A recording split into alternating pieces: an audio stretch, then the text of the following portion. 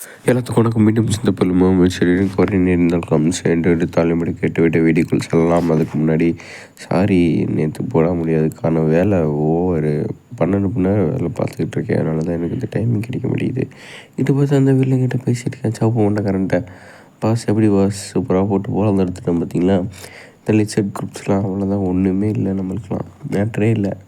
சரி பேர் நம்மளும் அடிமையாக படைக்கு யூஸ் பண்ணிக்கலாம் சொல்லிட்டு இருக்க டைமில் சரி ரைட்டு இருக்க லிசார்மெண்ட்ஸ் கேட்டுட்ருக்காங்க. என்னென்னா அந்த 2 பேர் ஒழிஞ்சிக்கிட்டு இருந்தாங்கல்ல, அவங்க பார்த்துட்ருக்காங்க. இவங்களை எப்படியாச்சும் தோத்தடிக்கணும், நம்ம மக்கள் பாவம் படையெடுத்து மொத்தமாக பண்ணிட்டாங்க, நான் விட மாட்டேன், சும்மாவே விட மாட்டேன் அப்படின்னு சொல்லி ஒருத்தன் சொல்லிகிட்ருக்கான். அதை பார்த்துட்டு எனக்கு அந்த சிவப்பு ரெட் கலர் இருக்கனால அவனை கொல்லணும் பிரதர், அவனை உடம்பு பிரதர், நம்ம டீமுக்காக நான் பழி வாங்கி தீருவேன், நம்ம வில்லேஜுக்காக அப்படி சொல்லிகிட்டு இருக்கும்போது அந்த அரியானையை திருப்பி காட்டினா என்னடா எல்லோரும் சாக்காக பார்த்துக்கிட்டு இருக்காங்க. என்ன சாக்காக பார்த்துக்கிட்டு இருக்கானே, கழுத்தை நெரிச்சிக்கிட்டு இருக்கேன். நம்மளோட அசாசின் கழுத்தை நெரிச்சிட்டு இருக்க டைமில் தான் அது அப்படியே டீப்பாக கழுத்தை நெரிக்கிறா. ஏன்டா இவ்வளோ காண்டன்ட் இல்லை, சீக்கிரமே மேட்சை முடிக்கணும்னு பேரில் மொத்தமாக கழுத்தை நெரிச்சு சொல்லி முடிச்சிட்டான்.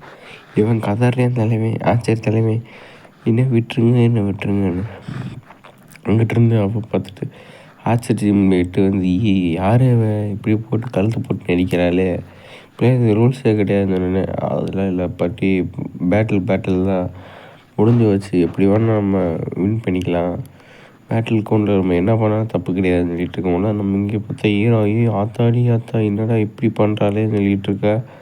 அங்கிட்டு ஏதோ ஒன்று நடக்குது, என்னடான்னு பார்த்தா ஹீரோயினி போயிட்டுருக்காப்புல. ஹீரோ நோட் பண்ணிட்டான். ஏன்னா ஹீரோ ஹீரோயினி போயிட்டு அப்படியே சாடு இவர்கிட்ட பேசிக்கிட்டு இருக்கான். இங்கே பார்த்தா அவ்வளோதான், மேட்ச் ஓவர்னு சொல்லிட்டு நம்ம டான்ஸ் சொல்லிகிட்டு இருக்கான். சொல்லிட்டு இருக்கும்போது சரி ரைட்டு, நைட் டைம் மேட்ச் முடிஞ்சில்ல, வீட்டுக்கு போகிறான். போன வாட்டி பார்த்த மாதிரி பார்த்துடக்கூடாதுன்னு சொல்லி கண்ணை மூடிட்டு ஒரு கண்ணிலே பார்த்துட்டு போகிறான். பார்த்தா உள்ளே பார்த்தா யாருமே இல்லை. என்னடா ஹீரோயினை காணோன்னு பார்த்தா ஹீரோயினை வாட்டு போயிட்டுருக்கா. என்னதுடா ஏதோ சவுண்டு கேட்குதுன்னு கேட்க, அங்கிட்டு பார்த்தா ஹீரோ என்னாச்சு, நீ கூட பேச மாட்டுற, இன்னும் மாதிரி நடந்துக்க மாட்டுற, நீ அந்த இன்சிடெண்ட்லேருந்து நீ ரொம்ப அவாய்ட் பண்ணுற போல அப்படி சொல்லிகிட்ருக்கா.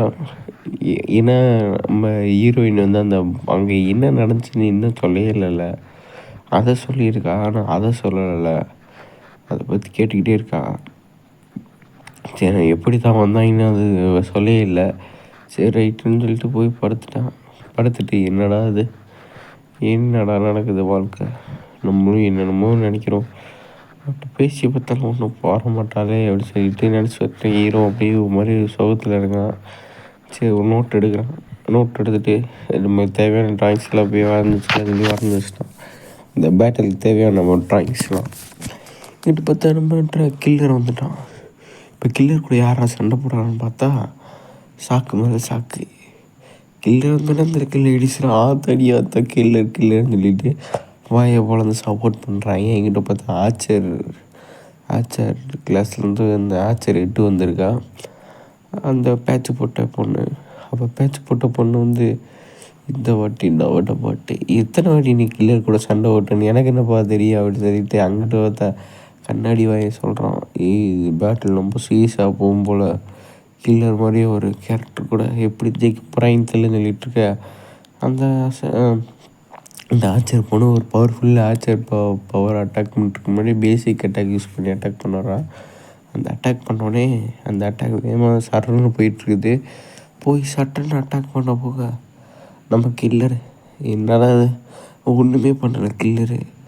நானும் பார்த்து ஆச்சரியப்பட்டுட்டேன், என்னடா பண்ண போகிறான்னு பார்த்தா கில்லர் அசால்ட்டாக பேரியர் அட்டாக் யூஸ் பண்ணி ஈஸியாக தான் எடுத்துட்டான். அப்போ அந்த ஆச்சர் 3 அம்பை ஏவி விட்றா. அந்த 3 அம்பு இதில் படுத்து அந்த பேரியர் ஒன்றுமே ஆகலை. என்னடா அது, எனக்கு இந்த சோதனைன்னு சொல்லிட்டு தலைவி இன்னும் கடுப்பாயிட்டு 2 கமெண்ட் பண்ணி மேலே தூக்கி போட்டேன். ஏன்னா ஃபோர்ஸ் மேலே போயிடுச்சுன்னா கீழே வரும்போல ரொம்ப கிராவிட்டி மூலமாக ரொம்ப ஃபாஸ்ட்டாக இருந்தேன். அந்த டெக்னிக் யூஸ் பண்ணி அது வந்து எக்கச்சக்கமாக க்ளோன் பண்ணி காப்பி பண்ணிட்டான்னே அது பவர்ஃபுல்லாக அந்த அதில் இருக்கிற ஈக்குவல் பவரில் போகுது, எனர்ஜியில் போய் டப்புன்னு கீழே விழுகுது. அந்த பேரியர் வந்து டிஸ்ட்ராய் நினச்சிட்டு இருந்தால் அந்த பேரியர் ஒன்றுமே ஆகலையா ரைட்டு. ஆனால் இவளுக்கு உடம்புலாம் வேர்க்குது. ஏன்னா நம்ம கில்லரை ஒன்றுமே பண்ண முடியலன்னு சொல்லி கில்லரு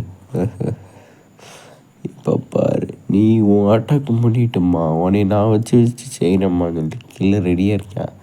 கில்லர்கிட்ட மோதி தப்பு பண்ணிட்டா போல். கில்லரை மெயின்டெனன்ஸ் யூஸ் பண்ணி ஈஸியாகவே மொத்தமாக அந்த விட்ட மாரி எக்கச்சக்கமான அந்த அம்பை சுழலை சிக்க வச்சு மொத்தமாக முடிச்சு விட்டேன். கிட்ட பார்த்தா உன்னை விட மாட்டான்டான்னு சொல்லிட்டு அவர் பவர்ஃபுல் அட்டாக் யூஸ் பண்ணுறதுக்கு அந்த போ ஃபுல்லாகவே அந்த எனர்ஜி மாறுது. அந்த எனர்ஜி மாறினோடனே அந்த இடத்துல வந்து ஒரு பெரிய பவர்ஃபுல் ஆர்ச்சரை எடுத்துட்டு இதோட நீ சொல்ல முடிக்கிறேன்டா சொல்லிட்டு அந்த அட்டாக் யூஸ் பண்ணலான்னு நினைக்க. அந்த அட்டாக் தான் அல்டிமேட் ஆர்ச்சர் பிளாக் அட்டாக். அது அட்டாக் யூஸ் பண்ணி ஃபோர்ஸில் ஊடுற அந்த விட்ட ஸ்டேடியம் வந்து அப்படியே செதறுது. அப்படியே இது ஒரு பெரிய நியூக்ளியர் எனர்ஜி போயிட்டு பாஸ் ஆனால் என்ன ஆகும், அது மாதிரி அந்த இடமே பாஸ் ஆகுது. அந்த இடமே தூளாக உடையுது. இந்த அட்டாக் தான் பவர்ஃபுல் அட்டாக் போல். அந்த பவர்ஃபுல் அட்டாக் வந்து சட்டனாக போய் நம்ம கில்லரை போய் அட்டாக் பண்ண அந்த இடத்துல தான் கில்லர் வந்து அந்த சுழல் பண்ணியிருந்தால அதனால் அது அப்படி போய்கிட்டுருக்கு. உள்ளே அந்த சுழலை ஒட்டச்சிட்டு போகுது. உள்ளே போய் ஒரு பிளாஸ்ட்டு, என்னோட பிளாஸ்ட் பெரிய பிளாஸ்ட்டு. அந்த கெட்டப்பே ஒரு மாதிரி புகை மூட்டமாயிடுச்சு. அவ்வளோதான் தோற்றுருப்பாடா கில்லரு அப்படின்னு சொல்லிட்டு பார்த்துட்ருக்கா. அப்போ தான் கில்லருக்கு லைட்டாக ஒரு கீழே அதோட தலைமை அப்படியே என்ட்ரி ஆகிறேன். ஒன்றுமே ஆகாத மாதிரி நீ விளாண்டது போதுமா, இதுக்கப்புறம் என்னோடய ஆட்டத்தை என் வெறி இருபத்தொரு ஆட்டத்தை நீ பார்ப்பவா அப்படி சொல்லிட்டு இப்போ கில்லர் பார்த்துட்ருக்கேன். அந்த இடத்துல பார்த்தா கில்லர் தான் சால்ட்டாக டேக்கிள் பண்ணுறதுக்காக அது ஏதோ ஒரு இந்த மண் ஏதாச்சும் ரெடி பண்ணுற எனர்ஜி யூஸ் அவனோட தான் லைக் தனியாக மட்டும் வச்சுருக்கேன் கில்லரு. அதை யூஸ் பண்ணி எடுத்துகிட்டு நானும் பார்த்துக்கிட்டு இருக்கேன். நீ வந்து நீ ஓவராக ட்ரிகர் பண்ணிகிட்ருக்க, நீ சும்மா இருக்க மாட்டேன்னு சொல்லிட்டு அப்படியே ஏதோ ஒரு எலக்ட்ரிசிட்டி பாஸ் ஆகுது. என்னடான்னு பார்த்தா நம்ம கில்லர் தான், அவனோட பவர் எல்லா மேஜிக் பவர் யூஸ் பண்ணுறாயா. கில்லர்னா சும்மாவே இல்லை அவ்வளோ பவருக்கு. இப்போ எலக்ட்ரிசிட்டி பவர் யூஸ் பண்ணுறதுக்காக என்ன பண்ணுறான்னா மேகத்தில் இருக்கிற எலக்ட்ரிசிட்டியை யூஸ் பண்ணி இப்போ கில்லரோட பவர் சேர்த்து இன்க்ளூட் பண்ணி மொத்தமாக அந்த பவர் வந்து நான் பண்ணனால மூவ் பண்ண முடியல. ஏன்னா எலக்ட்ரிசிட்டி படிச்சுட்டேன்னா ஸ்பார்க் ஆனால் ஒன்றுமே பண்ண முடியாதுல்ல. கில்லர் வந்து மேலே பறந்துட்டு அல்டிமேட்டு எலக்ட்ரிசிட்டி பவர் சொல்லிட்டு இருக்க கீழே இருந்து ஒன்று ஏவி விட்றான். இவன் வந்து அட்டாக் பண்ணுறான். அதுலேருந்து தப்பிக்க அட்டாக் பண்ணோன்னே அந்த கில்லர் ஈஸியாகவே பிடிச்சிட்டு இதெல்லாம் ஒரு மேட்ரே இல்லை எனக்கு. சரி நானும் கொஞ்சம் நேரம் கூட விளாண்டு பார்க்கலான்னு நினச்சேன். நீ அதுக்கு சரிப்பட்டு வரமாட்டேன். என்னோடய ட்ரூ பவரையும் நான் உன்ட்ட காட்டலை. இது லைட்டான சாம்பிள் பீஸ் தான் அப்படின்னு சொல்லிட்டு தலைமை வந்து அந்த சாம்பிள் பீஸில் உயிரோடு வந்துடுமா அப்படின்னு சொல்லிட்டு அந்த கீழே இருக்க பவர் வச்சு மொத்தமாக ஜாக் பண்ணி லாக் பண்ணிட்டான். சரி என்ன பண்ண போகிறேன்னு தெரியலையே, இவனை தப்பிக்கவே முடியல. செட் அப்படி பார்த்துட்டு இருக்க கில்லர் வந்து கண்ணு ஃபுல்லாமே எலக்ட்ரிசிட்டி பாஸ் ஆகிட்டு மேலே மேகத்தில் இருந்த மொத்த எலக்ட்ரிசிட்டியும் பையன் பிடுங்கிட்டான். பீஸை பிடுங்குற மாதிரி இப்போ எலக்ட்ரிசிட்டியை பிடுங்கிட்டு டக்குன்னு என்கிட்ட பார்த்தா ரோஸ் முடிக்கறி சொல்கிறா. இதில் 3 பவர்ஃபுல் ஸ்டேஜ் இருக்குது எலக்ட்ரிசிட்டியில். ட்ராகன் ஸ்டேஜ் தான் ரொம்ப பவர்ஃபுல்னு அதை தான் நம்ம இப்போ கில்லர் யூஸ் பண்ணுறான் போல். அதை பார்த்துட்டு அந்த மேஜிக் பொண்ணுக்கு செட் இவ்வளோ பவர்ஃபுல்லாக இருக்கானே செட் எனக்கு இவனை பார்த்தாலே சுத்தமாக பிடிக்காதுன்னு சொல்லிட்டு இருக்கேன். இங்கிட்டு பார்த்தா ஆச்சரியம் அவ்வளோதான். மிரண்டு போய் பார்த்துட்ருக்கேன்னா எலக்ட்ரிசிட்டி ட்ராகனாக உருமாறிட்டு இருக்குது. Powerful electricity dragon attack use பண்ண போகிறேன் நம்ம கில்லரு. அத்தா டேய் நீ யாரா சாமி, நீ இவ்வளோ பவர்ஃபுல்லாக இருக்க அப்படி தான் கேட்க தோணுச்சு. சட்டான அந்த எலக்ட்ரிசிட்டி பாஸ் ஆகுது. சட்டன்னு வேகமாக போக அவ்வளோதான் முடிச்சு வச்சு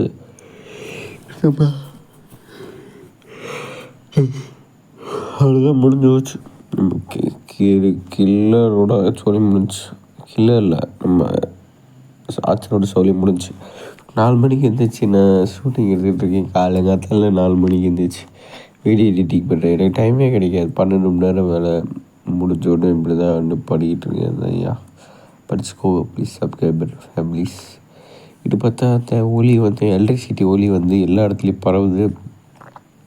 இங்கிட்டு பார்த்தா எல்லாருக்கும் சாக்கு. என்ன சாக்குன்னா புகை மூட்டம் அப்படியே புகை மூட்டம் கலையுது.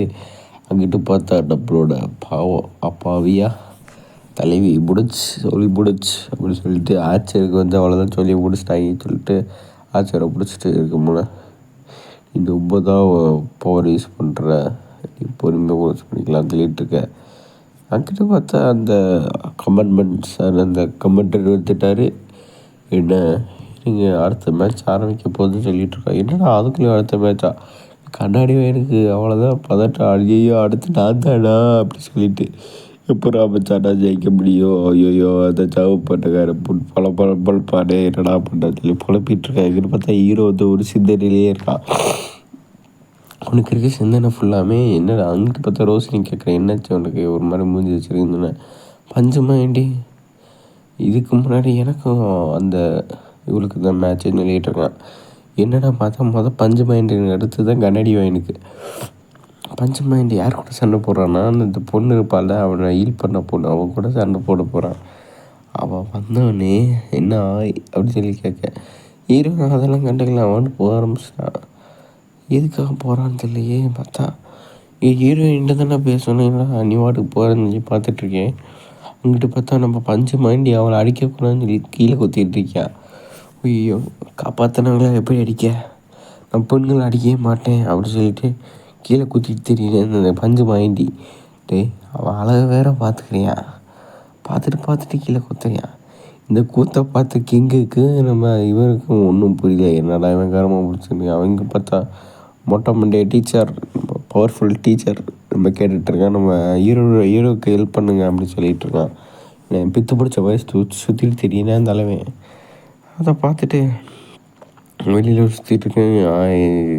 ஆய் ஜென்ரல் என்னாச்சு நீ ஒரு மாதிரி இருக்கான்னு கேள்விப்பட்டேன் என் கூட நீ வா அப்படின்னு சொல்லிட்டு ஜென்ரல் கூப்பிட்டோன்னே சரி நான் வரேன்னு சொல்லிட்டு ஹீரோவில் போக அந்த லைப்ரரி மாதிரி இருக்குது. அந்த லைப்ரரியில் தான் நம்ம ஜென்ரல் வந்து எப்பயுமே இருப்போம் போல். ஜென்ரல் அங்கே போய் செல்ல போய் உட்காந்துட்டேனே என்னாச்சு ஒன்றுமே சொல்லாமல் போய் உட்காண்டிங்க அப்படின்னு கேட்க இங்கே பார்த்தேன். சரி நீ வா நீ சோகமாக இருக்க நீ சிங்கிளாக இருக்கோல